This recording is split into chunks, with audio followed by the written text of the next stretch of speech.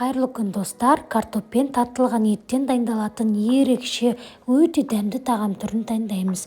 Видеоны соңына дейін қарап, каналыма тіркелуді ұмытпаңыздар. Ең алдымен аскөгімізді майда етіп жақсылап турап аламыз.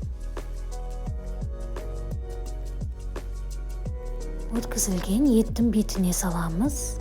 Енді бізге осындай тәтті болгар бұрышы мен қызанақтан дайындалған салат қажет. Осы салатты ситаға салып, суын бөлек сығып аламыз.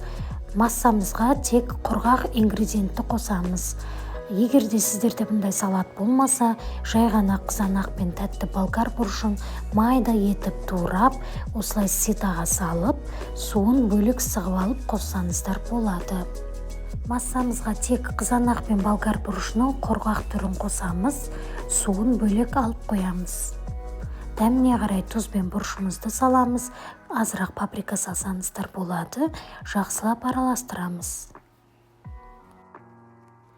Массамыз дайын болды, енді қолымызбен осылай алып, сопақша етіп котлет дайындаймыз.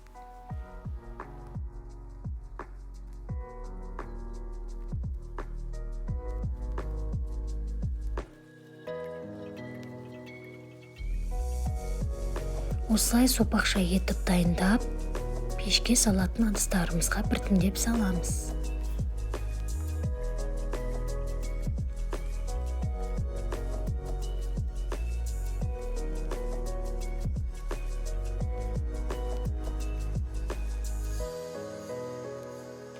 Енді картопты жұқа етіп тураймыз. Өздеріңіз қалауларыңызша турасаңыздар болады.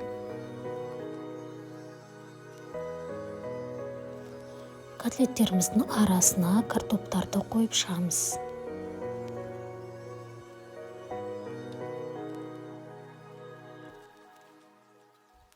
Картоптарымыздың арасына осылай қызанақтардан қойып шығамыз, және бетіне көкпияздан осылай салып шығамыз. Қызанақ пен болгар бұрышының суын енді осы дайын болған тағамыздың бетіне құйып шығамыз. 180 градус қызып тұрған пешке 30 немесе 40 минутқа салып пісіріп аламыз. Біздің тағамдарымыз дайын, дәмі сондай керемет, иісі деген сондай керемет шығып тұр. Міндетті түрде осы тағамды дайындап көріңіздер. Өте оңай әрі жеңіл тағамның түрі, сондықтан міндетті түрде дайындап көріңіздер. Сіздермен болған мен Жұмагүл, каналыма тіркелуді ұмытпаңыздар. Астарыңыз дәмді болсын.